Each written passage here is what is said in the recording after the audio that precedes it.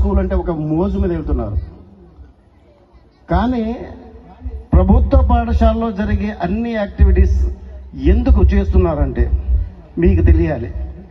ఇక్కడ ఇంత పెద్ద ప్రోగ్రాం చేయడానికి కార్యక్రమం ఏంటంటే, ఇదే కార్యక్రమం ప్రైవేట్ స్కూల్లో చేసుకుంటే ఒక డ్యాన్స్ టీచర్ని, డ్యాన్స్ నేర్పే టీచర్ని, మేకప్ వేయడానికి మనుషుల్ని అన్ని కేటాయించుకొని వచ్చి ఒక వారం 10 రోజులు ట్రైనింగ్ ఇచ్చి మీ అందరినీ ఆనందపరిచే విధంగా డ్యాన్స్ వేయించి పంపిస్తారు.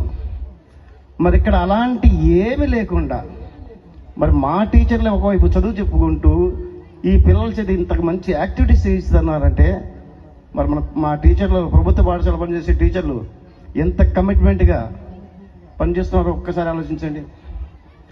ఇప్పుడు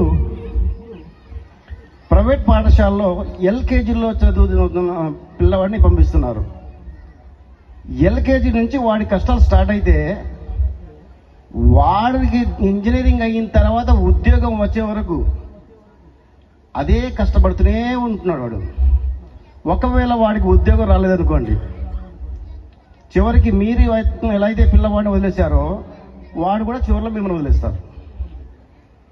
అందుకనే ఈ రోజుల్లో ఎక్కువ నేరాలు, ఘోరాలు లేదా ఏదైనా సమస్య వచ్చినప్పుడు ఆ ఒత్తిడిని తట్టుకోలేక సూసైడ్ చేసుకోవడాలు ఇవన్నీ జరగడానికి ఏంటంటే ఆ పిల్లవాడు మానసికంగా ఎదగకపోవడమే. మానసికంగా ఎదగాలంటే ముందు శారీరకంగా బలంగా ఉండాలి. శారీరకంగా బలంగా ఉండాలంటే వాడు ఆరోగ్యంగా పౌష్టికాహారం తింటూ ఆడుకుంటూ అన్ని రకాలుగా ఆరోగ్యంగా వాడు తయారైతే అప్పుడు మానసికంగా మలుస్తుంది. మనం ఒక్కరోజు నిద్రపోకపోతే ఎలా ఉంటుంది? మన మైండ్ అంతా ఎలాగా తికమకగా ఉంటుంది. అవునంట కాదంటారా? ఎవరు మాట్లాడరు? సో ఒక్కరోజు 2 రోజులు నిజంగానే మనం నిద్రపోకపోతే చాలా నీరసం వచ్చేసి కళ్ళు తిరుగుతున్నటువంటి ఏం చేస్తున్నామో, ఏ పని చేస్తున్నామో మనకు తెలియకుండా ఉంటుంది. ఇప్పుడు ఆ పిల్లల యొక్క పరిస్థితి కూడా అంతే. ఇప్పుడు మీరు ప్రైవేట్ స్కూల్లో పంపించడం వల్ల వాడు పొద్దున్న లేస్తున్నాడు, స్కూల్కి వెళ్తున్నాడు, మళ్ళీ తిరిగి వస్తున్నాడు, అక్కడ పెట్టే టార్చర్ ఏంటో వాడు అనుభవిస్తున్నాడు. కానీ అదే ప్రభుత్వ పాఠశాలలో అయితే పిల్లవాడు వచ్చిన దగ్గర నుండి వాడిని స్కూల్ వెళ్ళే వరకు వాడి చదువుతో పాటు ఆటపాటలతో పాటు వాడికి కావలసిన పౌష్టికాహారం అందిస్తూ అన్ని రకాలుగా శ్రద్ధగా చూసుకుంటారు ప్రభుత్వ పాఠశాలలు. అందుకనే మేము చెప్తాము, ప్రభుత్వ పాఠశాల చదివే పిల్లలు నాటుకోళ్ళులా ఉంటారు. అదే ప్రభుత్వేతర పాఠశాల అంటే కార్పొరేట్ స్కూల్లో చదివే పిల్లలు ఎలా ఉంటారు? బాయిలర్ కోళ్ళలో ఉంటారు. కానీ మనకి ఇష్టమైంది ఏంటి? నాటుకోడి దొరకదు కాబట్టి బాయిలర్ కోడి దొరుకుతుంది, ఎక్కడ పడితే అక్కడ దొరుకుతుంది. కాబట్టి మన పిల్లలందరూ తీసుకెళ్ళి మనం ప్రైవేట్ స్కూల్లో జాయిన్ చేస్తున్నాం.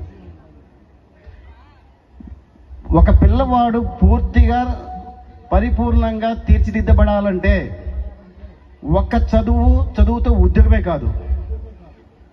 చదువు ఎందుకు? ప్రతి పిల్లవాడిని వాడికి ఇష్టమైన రంగం ఏదైతే ఉందో ఆ రంగంలో వాడి నైపుణ్యం పొందడానికి. అంటే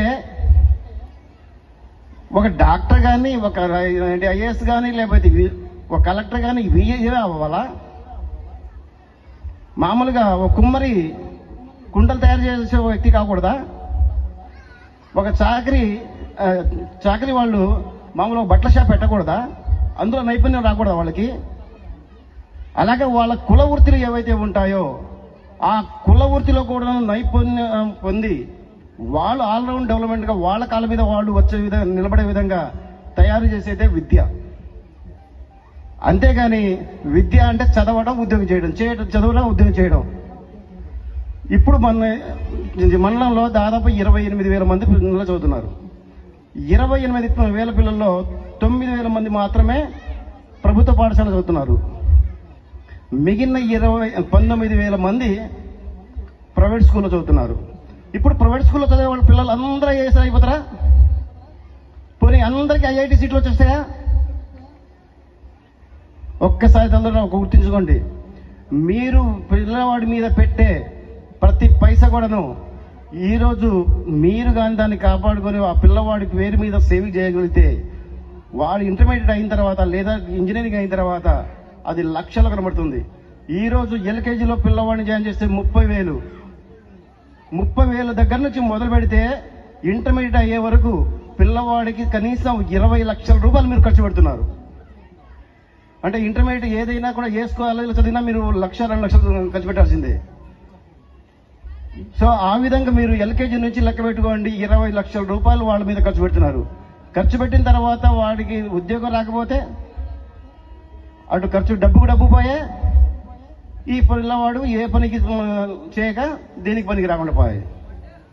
సో ఆ విధంగా పిల్లవాడి యొక్క భవిష్యత్తుని నాశనం చేస్తుంది ఎవరు? మనమే.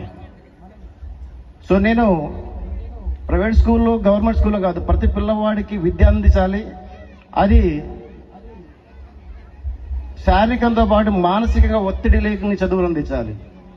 ఆ విధంగా మీరందరూ ఆలోచిస్తారని, అలాగే ప్రభుత్వం అందిస్తున్న ఒక పిల్లవాడు బడికి రావడానికి కావలసిన అన్ని సౌకర్యాలు, అంటే బట్టలు కానీ, పుస్తకాలు కానీ, షూస్ కానీ, టై కానీ, పిల్లవాడు ఇక్కడ వచ్చిన తర్వాత మళ్ళీ ఆకలితో ఉండకూడదని చెప్పేసి పౌష్టికాహారం అందిస్తూ అన్ని రకాల ఏర్పాట్లు పిల్లవాడు పరంగా చేస్తూ, మరి ఇక్కడ పాఠశాలలో బోధించడానికి ఏ ప్రైవేట్ స్కూల్లో ఉన్నాయి చెప్పండి?